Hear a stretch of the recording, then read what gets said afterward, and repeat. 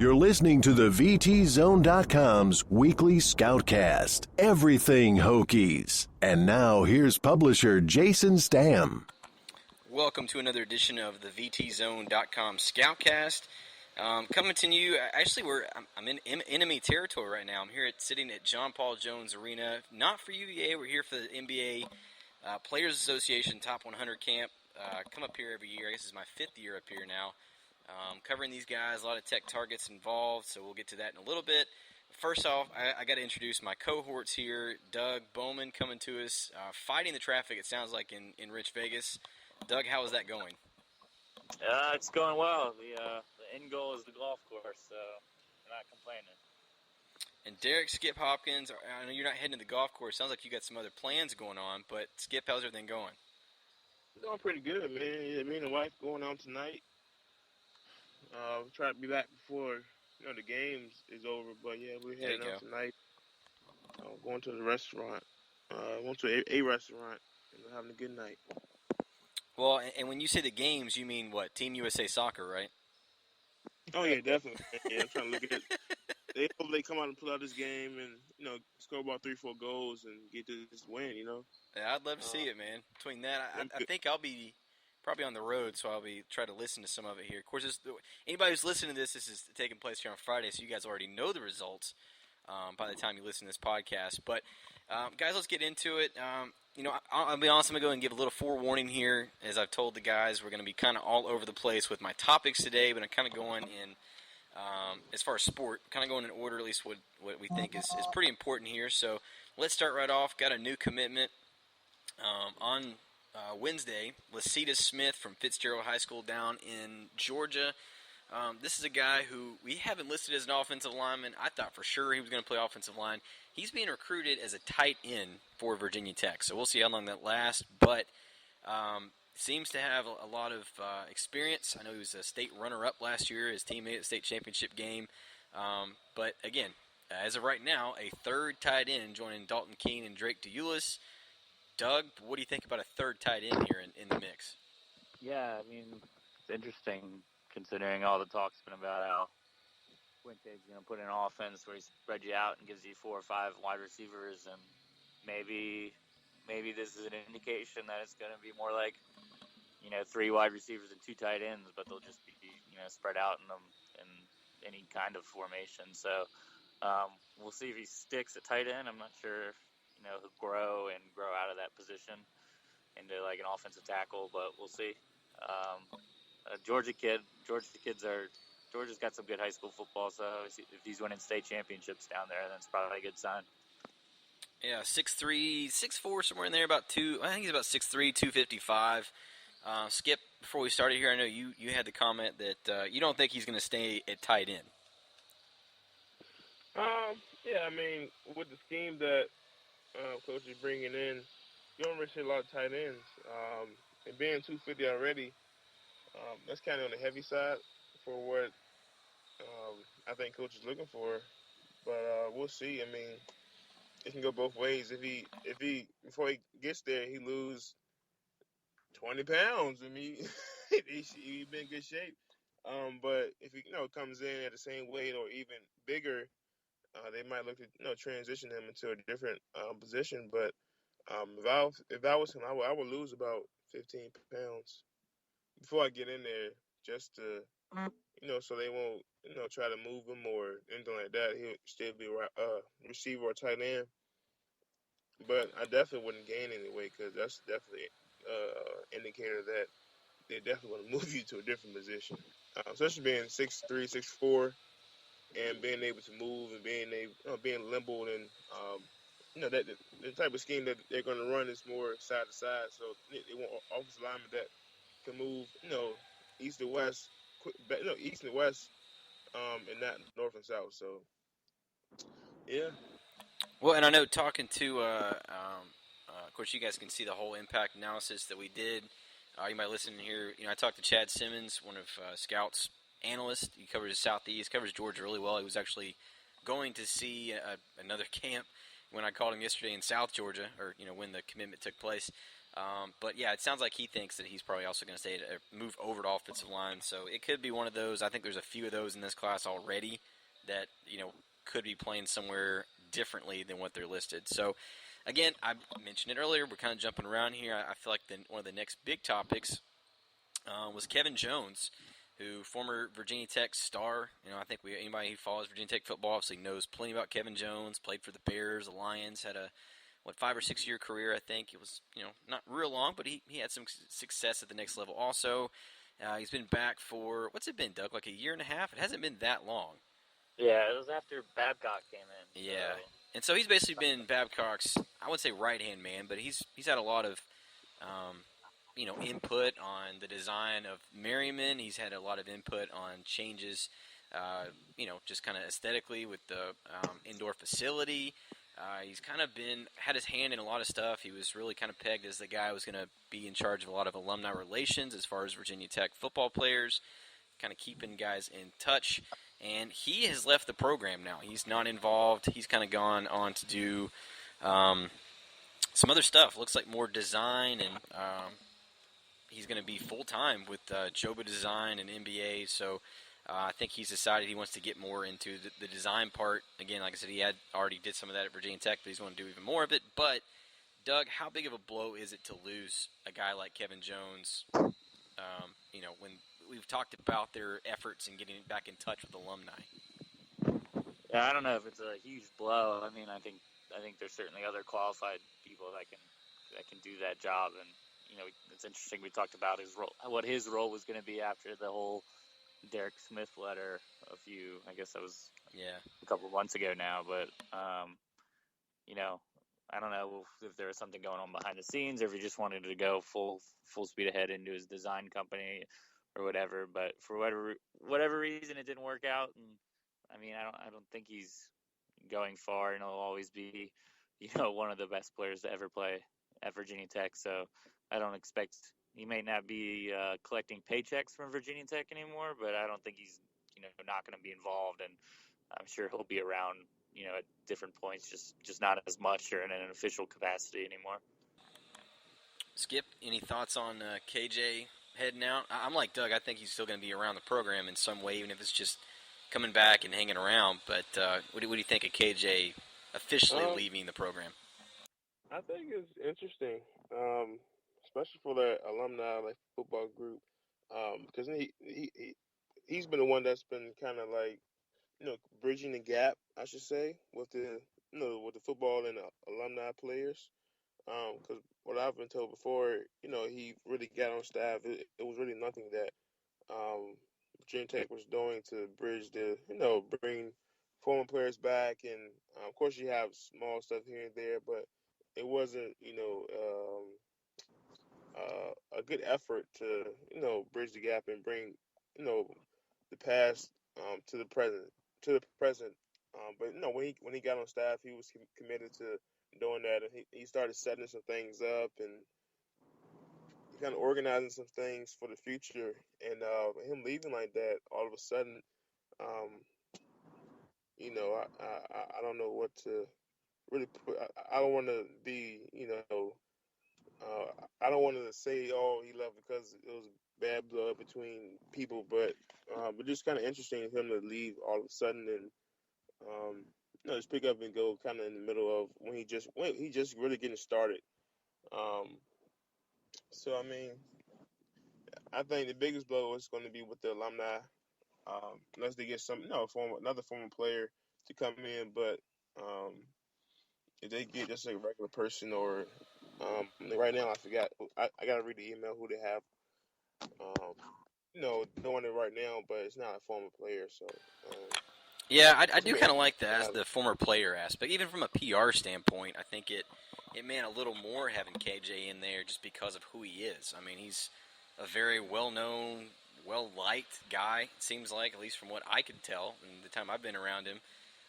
And, again, because of his accomplishments, like you said, Skip, I mean, I think, Doug, I think you make some good points. I think there are other people who could do that job, but I think from a PR standpoint, that definitely hurts losing a guy like him just because of who he is and what he did accomplish. So, all right, flip-flopping again, back to the basketball side. We got a new GA for basketball.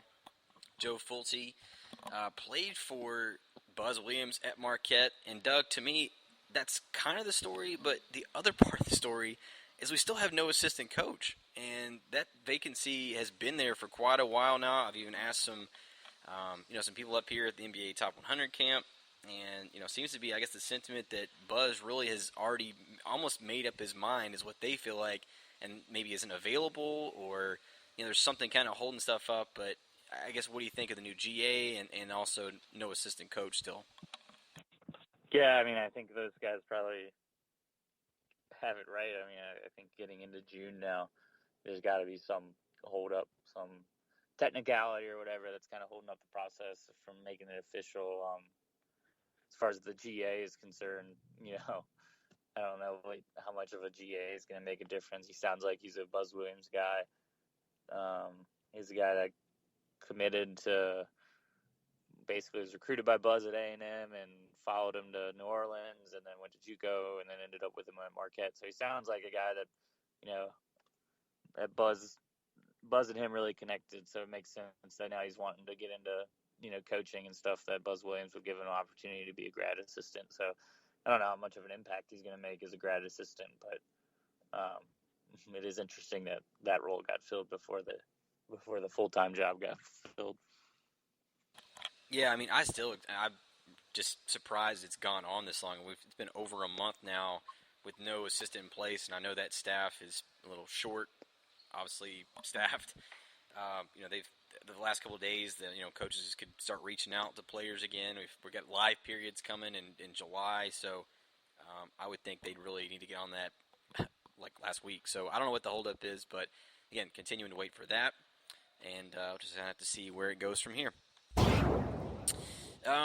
Let's see, kind of, again, flip-flop back and forth. I want to talk a little more about the satellite camps, and just some of these camps in general.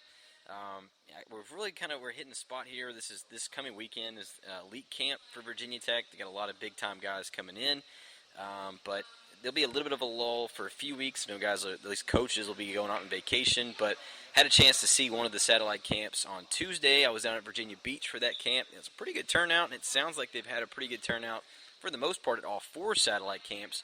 Had 2 one-day camps this past weekend on campus. Guys, I know you weren't there at these camps, but it seems like it's been successful so far.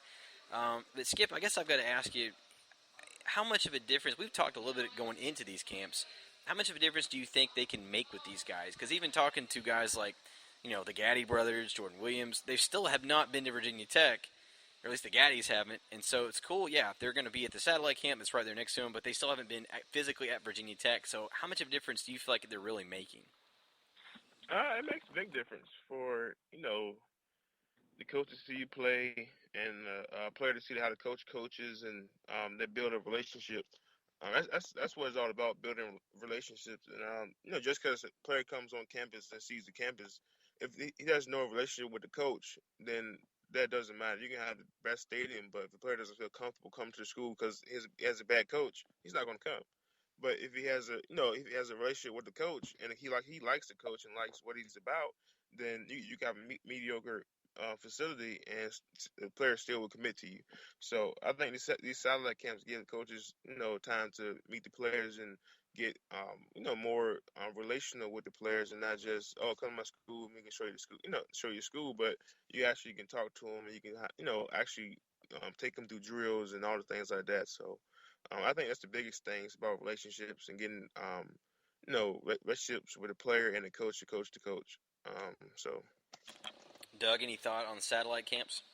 Yeah, I think Skip hit the nail on the head. I mean, I think having these satellite camps off campus where you can coach and teach and work with the guys, I think that kind of adds another layer to the relationship where maybe before they even get on campus, some of these guys might have came for a one-day camp at Virginia Tech, but before they even think about coming on campus, they can kind of experience what it's like to be coached by these guys, and maybe they really enjoy it, and all of a sudden Virginia Tech shoots to their top of the list. So I think by going out, you have that chance to kind of establish, more than them just coming by the high school and saying, hey, in between classes or something like that. I think I think kind of adds that extra layer where they can determine, I think I could really like getting coached by this guy for 4 years.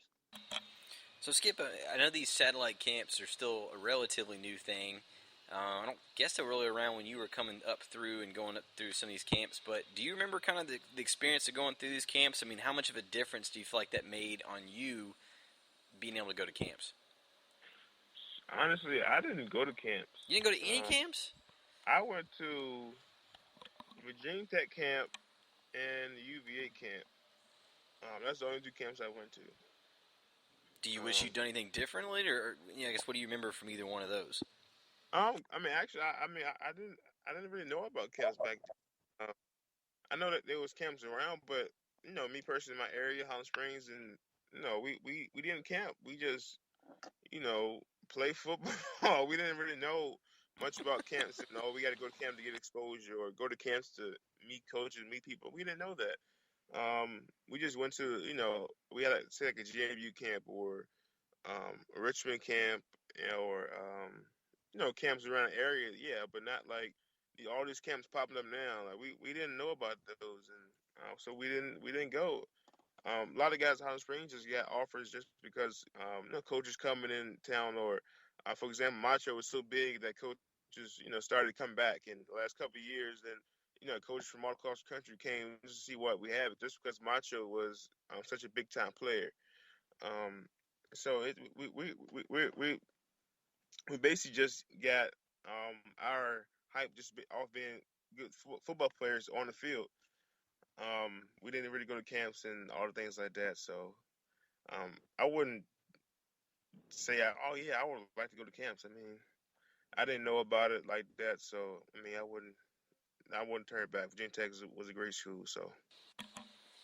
Well, I think it turned out for you, Skip. So camps or no camps, I think you did okay. But another camp, again, I want to kind of mention a little bit here. The one I'm sitting at right now, the National Basketball Association, the Players Association camp, Top 100 camp, here at UVA in John Paul Jones Arena. It's been pretty cool to see some of these guys, even a coach's standpoint. I don't know if you guys saw my post on Twitter and Facebook, but I would guess one of you, if not both, you guys remember Skip to My Lou from the N1 mixtape tour?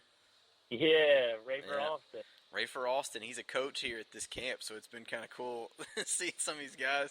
Tony Battie, Vin Baker, Antonio Davis. There's always a few, I'd just say random guys that always show up at this camp. Amari Stoudemire was just kind of here hanging out last year, so any random player, I think they're all welcome to come. They just kind of will be around. But I remember sitting with Andre Miller a couple years ago and talking to him. Yeah. So Skip to My Lou. I haven't had a chance to talk to Skip to My Lou, but I got a good picture of him. But yeah, it's pretty it's really entertaining to see these guys. And Virginia Tech's got a pretty good shot at quite a few here actually. Najee Marshall just visited. Amir Sims is definitely high on the list. I mean, they've got quite a few they're in contention with. David McCormick, a lot of guys here in state. Obviously, plenty of updates coming on the VTZone.com, but definitely some I think that have really played very well. I think Raquan Gray has played very well. I know he's pretty high on Virginia Tech's wish list for 2017. So got a few guys we'll be having updates on coming up. But Skip, I wanted to see, I don't know if you have any more updates. Do you have any updates on your camp, by the way? No, I mean, just it's 1 week away. This time next Thursday is the first day of my first clinic, man. If you haven't registered, go register. And I'm excited about it and excited to see the guys. And we're gonna work, man. We're gonna get back to the fundamentals and basics of being a D lineman, because that's where it all starts, man. Fundamentals of technique. So yeah, I'm excited about it. Next Thursday, 6:00. Yeah, see you there. Did you get a commitment from Doug Bowman? That's what I want to know. I have not seen Doug register for my camp yet. So. I'm the Tim Duncan of defensive end, so I don't need any more fundamentals. Wow. Okay. So it's Doug. Right there, man. Doug, big fundamental Bowman, right? Yeah, that's what they call me. Well, all I gotta say is I'm sure Skip would get you lined up. You'd be ready to go, this fall for Virginia Tech. So Oh no, well, Doug, it might take a couple years. a couple of Doug, years. How Sean Gaines got suspended, somebody's got to fill in at defense end. That's true. I'm sure Skip would teach you a good swim move. Yeah. No, But, I don't teach swim move, man. No swim?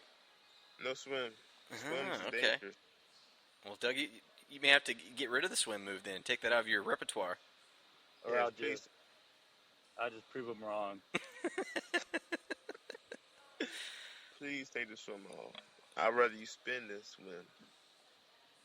Well, Doug, before we get too far away from basketball, I did want to mention real quick, I don't know if anybody saw the Scout.com, the top 10 rankings right now. Again, it's so early. There's so many guys who have not committed yet for the 2017 class, the current class. But Virginia Tech has a really good one, and Nikhil Alexander-Walker actually moved up in the rankings, and we talked about that last week. But he's the only guy in the class, and he alone has Virginia Tech right now as the number 10 ranked class in the country. Any thoughts on being top 10? I think it's just great publicity, even if nothing else. Yeah, it's that hyphenated name again. But yeah, it's definitely a good sign. I think it shows kind of Alexander Walker's ability and kind of where Buzz Williams has the program going.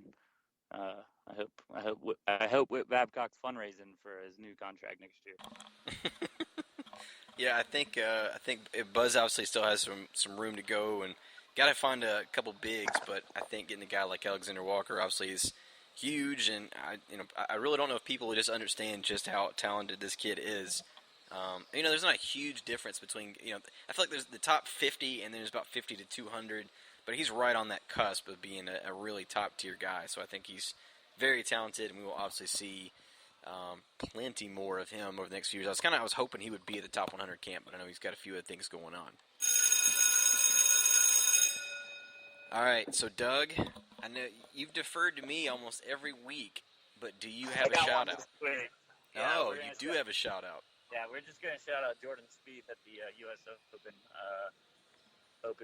Hoping he gets another major this weekend. So is Jordan Spieth your guy? No, Tiger's my guy, but Tiger's Okay. on the shelf right now. So. Well, Oakmont is. I think I've seen so many pieces done on ESPN about how difficult Oakmont is. So Jordan was a few shots back last I checked. Is he kind of making a run? I haven't checked, but I'm sure he is. I think he wasn't too far back. But he's a few shots down. But yeah, we've still got a few days worth to go here. I got to give my shout out to, I don't know if you all have seen the Made in America, the O.J. Simpson 30 for 30. Neither of you guys seen that at all? Outstanding. Yep, I watched the first two parts. I watched the first part I'd seen. I watched it the other night, the part 4. I missed the first 3 parts. But part 4 was, this is so in-depth. I hate that, 2 of O.J. Simpson's dream team lawyers, Johnny Cochran and Robert Kardashian, are both dead. They're not with us anymore, because I would love to hear what they had to say. But some of the takes on this thing, and just hearing the everything that went on with the prosecutor for in that case, Christopher Darden. We haven't even gotten to the glove part yet, but it's been a really in-depth and very thorough documentary so far. So I'm really excited to catch up with the other 3, and obviously watch the 5th one when it comes out. But Skip, any shout out this week? Shout out to Doug, man. Hope he shoots the golf course. He shoots under 100, man. Shoots under. I think that's how the golf goes, right? It's like 60, 70, 90, something. The scores. You talking about Doug's handicap? No, I'm not good at golf. Oh wow, okay. So why are you going, man? I'm terrible. Oh, yeah, to practice. You gotta practice. I got you. No, Do you golf at all, Skip? I don't, man. But I know if I did, I'll be nicer. I'll be up to like almost Tiger Woods level. Yeah. Well, the way Tiger Woods is playing right now, I don't think you'd be too far off. I know exactly. That's what I'm saying. Not the old Tiger Woods, and now Tiger Woods. So your shout out goes to Doug on the golf course.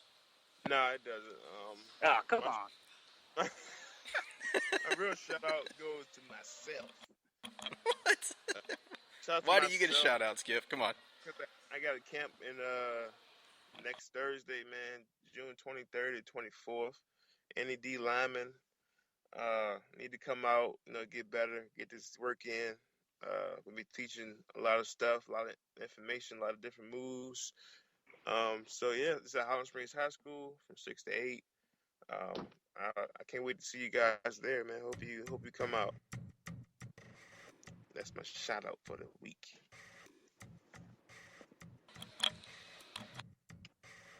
Are you shutting yourself out this week and next week, Skip?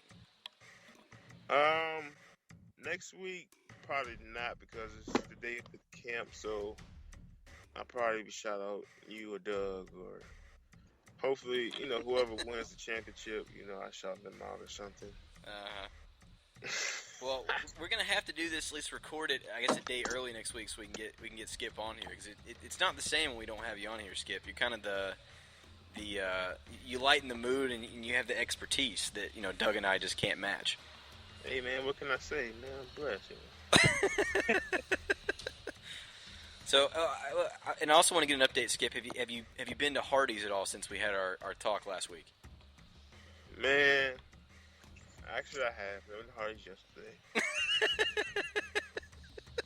Somebody gave me somebody at my work said, I'm gonna buy you lunch one day. I'm like, okay. So they came yesterday with a gift card to Hardee's, man. So I was like, well, I guess I'll go to Hardee's on my way to church. Cheat day. Cheat. Yeah, you can't turn down the Hardee's. All right. Well, we'll do this, I guess, a day early next week. We'll get our podcast going, but definitely wanted to get everybody's opinion this week. So we'll see what happens at this point next week. But that'll do it for our podcast this week. I know I've said that a few times now. But for Doug Bowman, Derrick Skip Hopkins, I'm Jason Stamm. Thank you for checking us out, and we will see you guys back here next week.